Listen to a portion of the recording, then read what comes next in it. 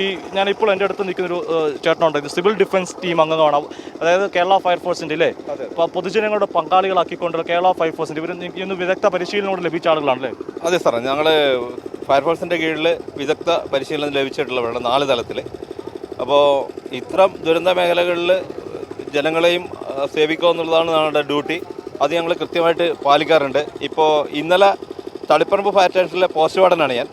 അപ്പോൾ ഇന്ന് തളിപ്പറമ്പ് ഫയർ സ്റ്റേഷനിൽ നിന്ന് ഇത് 3ാമത്തെ ബാച്ചാണ് ഇവിടെ എത്തുന്നത്. അപ്പോൾ ഇന്നലെ രാവിലെ ഞങ്ങൾ വൈകുന്നേരം 6 മണിക്ക് ഇവിടെ എത്തി. ഇന്നലെ രാവിലെ റിപ്പോർട്ട് ചെയ്ത് ഇനിയിപ്പം നാളെ വൈകുന്നേരം വരെ ഒരു ബാച്ച് ഇവിടെ നിൽക്കും. നാളെ വൈകുന്നേരം പുതിയ ബാച്ച് ഇവിടെ എത്തും. പങ്കാളികളാണ് ഇന്നത്തെ പ്രധാനമായും മണ്ണ് മാറ്റിയുള്ള പരിശോധന. അതെ, മണ്ണ് മാറ്റിയുള്ള പരിശോധനയാണ് നടന്നുകൊണ്ടിരിക്കുന്നത്. ഇന്നലെ 2 ബോഡി നമുക്ക് കിട്ടിയിരുന്നു. ഇന്നും അതിൻ്റെ ശ്രമകരമായ ജോലിയിൽ നമ്മൾ സേനയെ സഹായിച്ചുകൊണ്ടിരിക്കുകയാണ്.